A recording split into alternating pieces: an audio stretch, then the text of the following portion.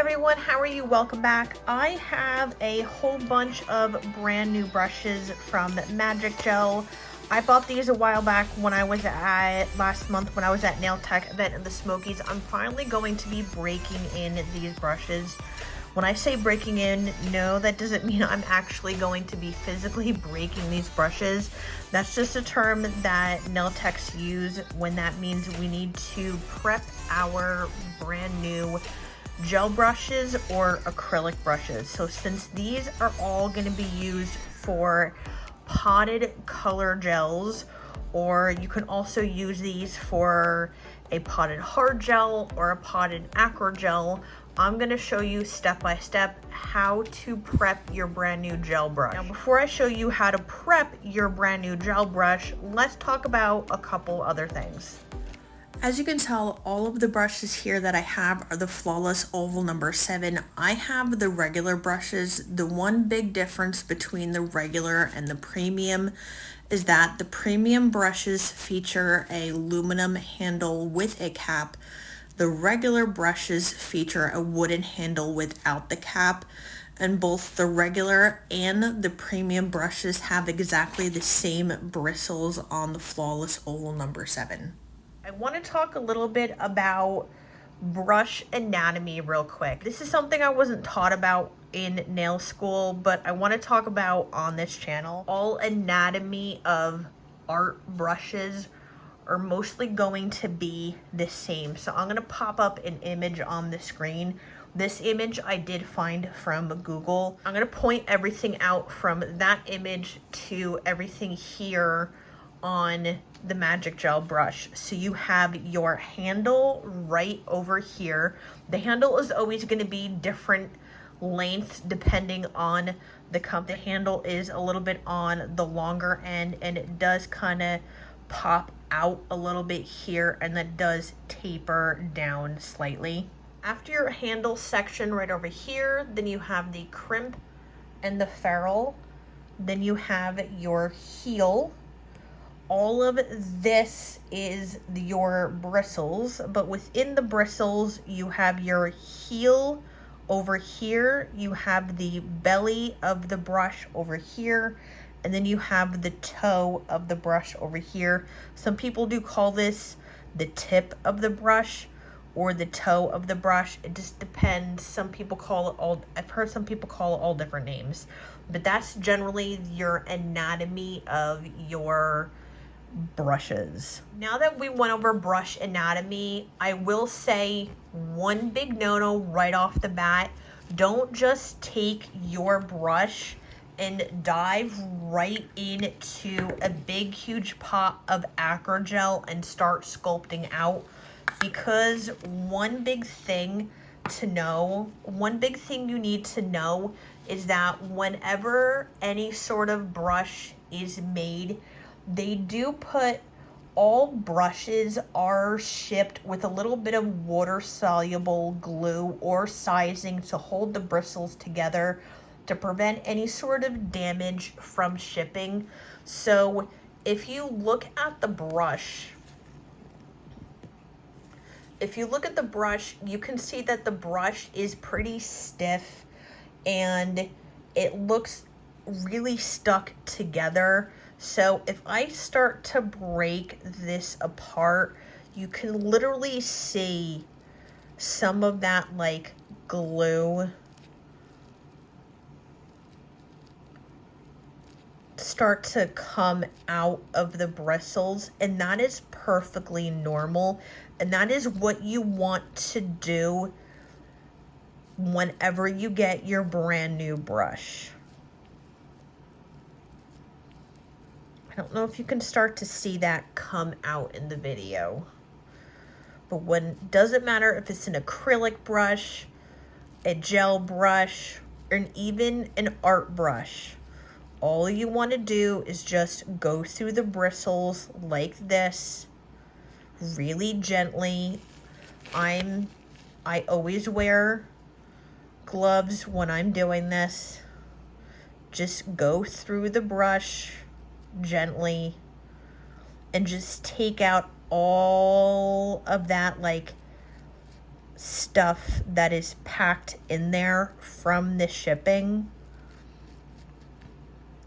Once all of that is out, then the next part will begin. Now you have to pick what gel you're going to use to prep your new brush with. Now, as you can see, I have a whole bunch of stuff in front of me that is from Magic Gel, and I'm gonna walk you through what I would and would not use.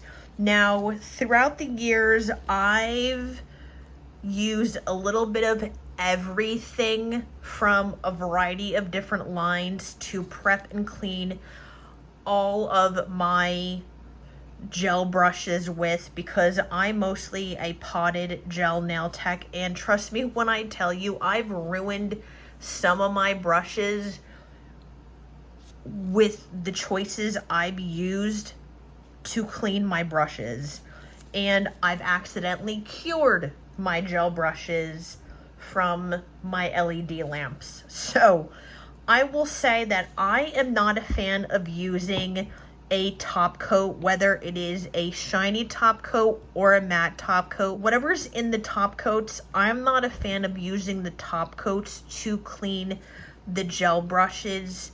In my opinion, it just makes the gel brushes a little too stiff. It doesn't keep them flexible enough, in my opinion. So I'm gonna take both of these out. Now from here, you could use any of these options. I actually prefer the silicone thin base, because out of all of this, this is a base gel versus this is a builder gel, this is a builder gel, and this is an Acrygel. So all of these are a building gel, and this is a base gel. So this is the thinnest gel out of everything here. So this is why I personally like to use the silicone thin base when I prep my brushes, because of the fact that this is a base gel and not a building gel, or it's not a top coat.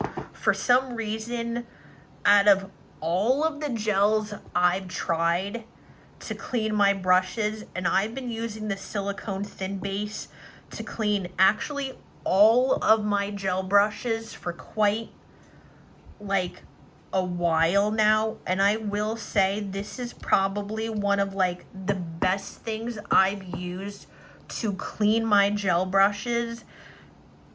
And I've noticed a slight difference in my brushes since I've started using the silicone thin base to clean my brushes. So let me move these out of the way. Just to let everyone know, if you've ever looked on Magic Gel's website, silicone thin base does come in an option of either a pot or a bottle.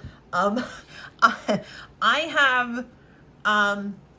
gotten a couple different ultimate starter kits from Magic Gel, and I have so much silicone thin base that I have this as a free sample, and I also have this as a free sample. So as you can see, I'm not gonna run out of silicone thin base anytime soon.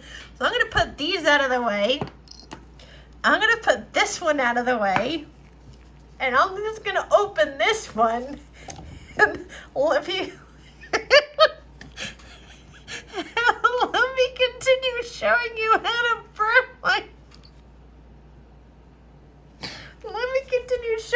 to prep my brand new gel brush with the silicone thin base with my endless amounts. The thing you need is you need some sort of work surface to work on to clean your gel brush. I have a silicone mat to work on. On top of that, I have this little circular mat. For this video, you might not be able to see the white surface very well, so I have this little black silicone mat from Nail Flight USA. I'm going to turn this over so you don't see the gold writing. So I'm going to clean the brush on that. And you also need any sort of lint-free wipe. I'm going to take some of the silicone thin base. I'm going to put this on my mat. Not a lot, just a little.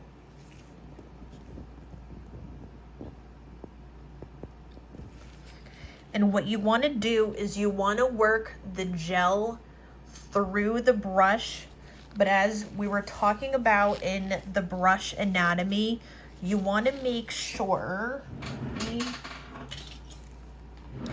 when we were talking about brush anatomy, since this is the ferrule heel, remember in brush anatomy, since this is the ferrule and this is the heel over here, you want to make sure with the gel that the gel never gets over here, because what happens, okay, is, and I remember from taking like art classes when I'm in high school, is that if you ever get any product built up and it gets underneath inside the ferrule part over here, in the front part of the ferrule of your brush over here is you still have the bristles, but the bristles are all glued inside the front part of the ferrule.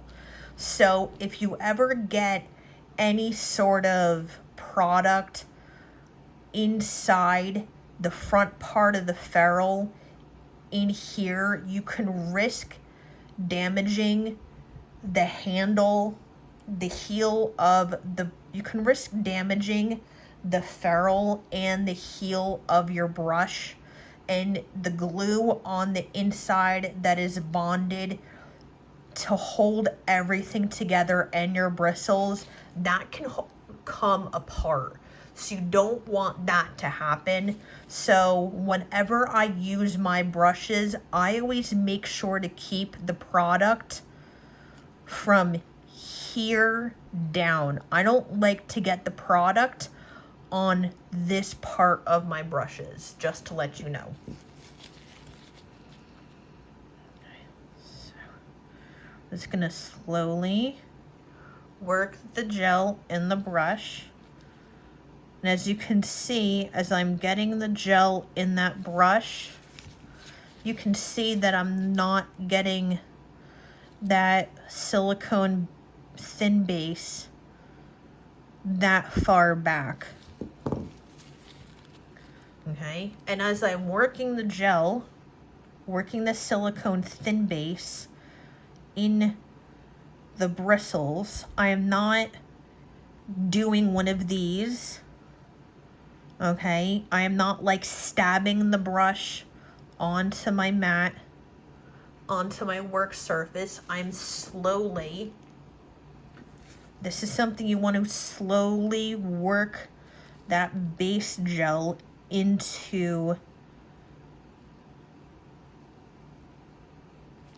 the brush, because you want to make sure all of that base gel covers the bristles.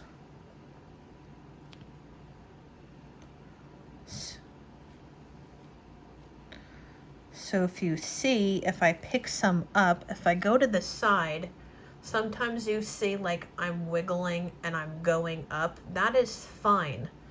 But I'm not like violently, like, you know, if I'm going up like this and I'm wiggling and I'm moving up, that is fine.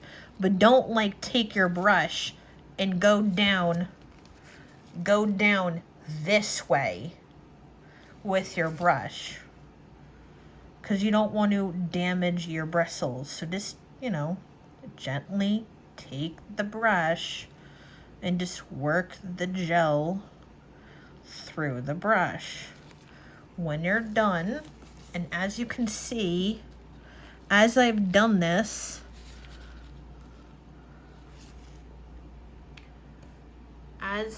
as I've done this,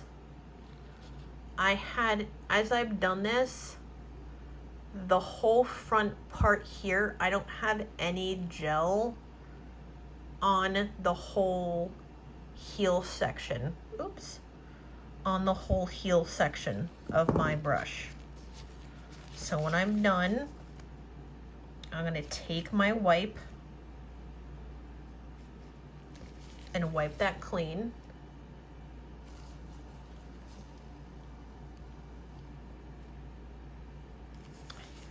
I'm gonna go through one more time, go on either side.